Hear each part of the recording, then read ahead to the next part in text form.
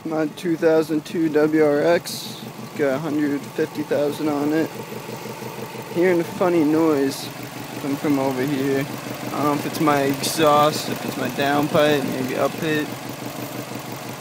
If someone could help, that would be nice.